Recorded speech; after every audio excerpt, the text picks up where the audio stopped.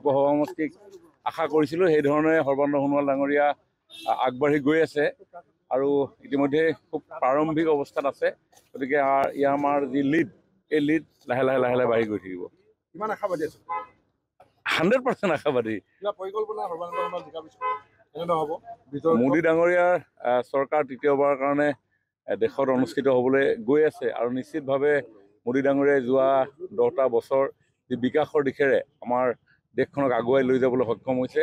নিশ্চিতভাৱে সৰ্বানন্দ সোণোৱাল ডাঙৰীয়া এই মোদী চৰকাৰৰ যিখন কেবিনেট হ'ব সেই কেবিনেটৰ অন্যতম গুৰুত্বপূৰ্ণ এগৰাকী মন্ত্ৰী হিচাপে তেখেত নিশ্চিতভাৱে স্থান পাব আমি সকলোৱে আশা কৰিছোঁ। আৰু মই ভাবোঁ যে মোদী ডাঙৰীয়াৰ এই বিকাশ যাত্ৰা আমাৰ দেশবাসীক স্বাভিমানে আগুৱাই লৈ যোৱাৰ পৰিৱেশ তৃতীয়বাৰৰ কাৰণে ৰচনা হ'ব। কিমান হ'ব জয়ী হ'ব সৰ্বানন্দ সোণোৱাল? এতিয়া আৰম্ভ হৈছে, লাহেকে আৰু অলপ 1-1.5 ঘণ্টাৰ পিছত আমি ক'ব পাৰিম।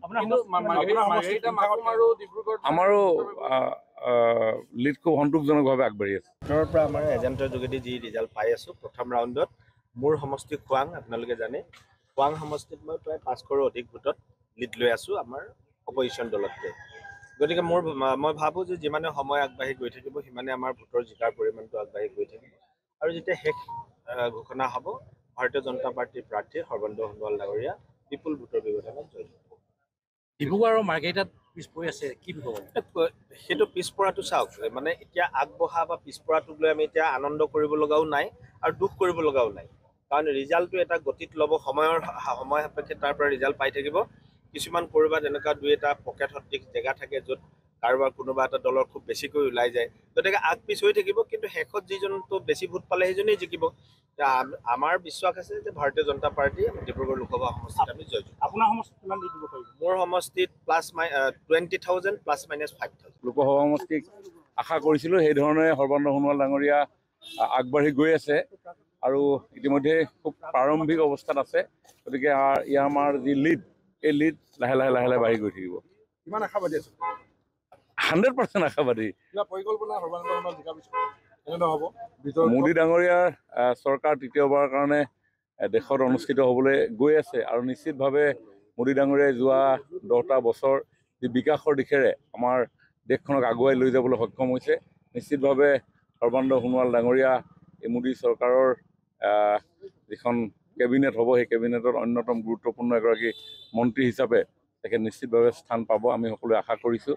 আৰু মই ভাবোঁ যে মোদী ডাঙৰীয়াৰ এই বিকাশ যাত্ৰা আমাৰ দেশবাসীক স্বাভিমানে আগুৱাই লৈ যোৱাৰ পৰিৱেশ তৃতীয়বাৰৰ কাৰণে ৰচনা হ'ব। কিমান হ'ব জয়ী হ'ব সৰ্বানন্দ সোণোৱাল? এতিয়া আৰম্ভ হৈছে, লাহেকে আৰু অলপ 1-1.5 ঘণ্টাৰ পিছত আমি ক'ব পাৰিম। আমাৰো লিড খুব সন্তোষজনকভাৱে আগবাঢ়ি আছে। আপোনাৰ পৰা আমাৰ এজেণ্টৰ যোগেদি যি ৰিজাল্ট পাই আছোঁ, প্ৰথম ৰাউণ্ডত মোৰ সমষ্টি খোৱাং, আপোনালোকে জানে খোৱাং সমষ্টিত মই প্ৰায় 5 কৰোৰ অধিক ভোটত লিড লৈ আছোঁ আমাৰ অপজিশ্যন দলতকৈ। গতিকে মই ভাবোঁ যে যিমানে সময় আগবাঢ়ি গৈ থাকিব সিমানে আমাৰ ভোটৰ জিকাৰ পৰিমাণটো আগবাঢ়ি গৈ থাকিব আৰু যেতিয়া শেষ ঘোষণা হ'ব ভাৰতীয় জনতা পাৰ্টীৰ প্ৰাৰ্থী সৰ্বানন্দ সোণোৱাল ডাঙৰীয়া বিপুল ভোটৰ ব্যৱধানত জয়ী হ'ব। ডিব্ৰুগড় আৰু মাৰ্ঘেৰিটাত পিছ পৰি আছে, কি হ'ব? সেইটো পিছপৰাটো চাওক, মানে এতিয়া আগবঢ়া বা পিছপৰাটোক লৈ আমি এতিয়া আনন্দ কৰিব লগাও নাই আৰু দুখ কৰিব লগাও নাই, কাৰণ ৰিজাল্টটো এটা গতিত ল'ব, সময় সাপেক্ষে তাৰ পৰা ৰিজাল্ট পাই থাকিব। কিছুমান ক'ৰবাত এনেকুৱা 2-এটা পকেট সদৃশ জেগা থাকে য'ত কাৰোবাৰ কোনোবা এটা দলৰ খুব বেছিকৈ ওলাই যায়, গতিকে আগ পিছ হৈ থাকিব, কিন্তু শেষত যিজনটো বেছি ভোট পালে সেইজনেই জিকিব। আমাৰ বিশ্বাস আছে যে ভাৰতীয় জনতা পাৰ্টী ডিব্ৰুগড় লোকসভা সমষ্টিত আমি জয়ী। আপোনাৰ সমষ্টিত কিমান দিব পাৰিব? মোৰ সমষ্টিত +20,000 ± 5,000।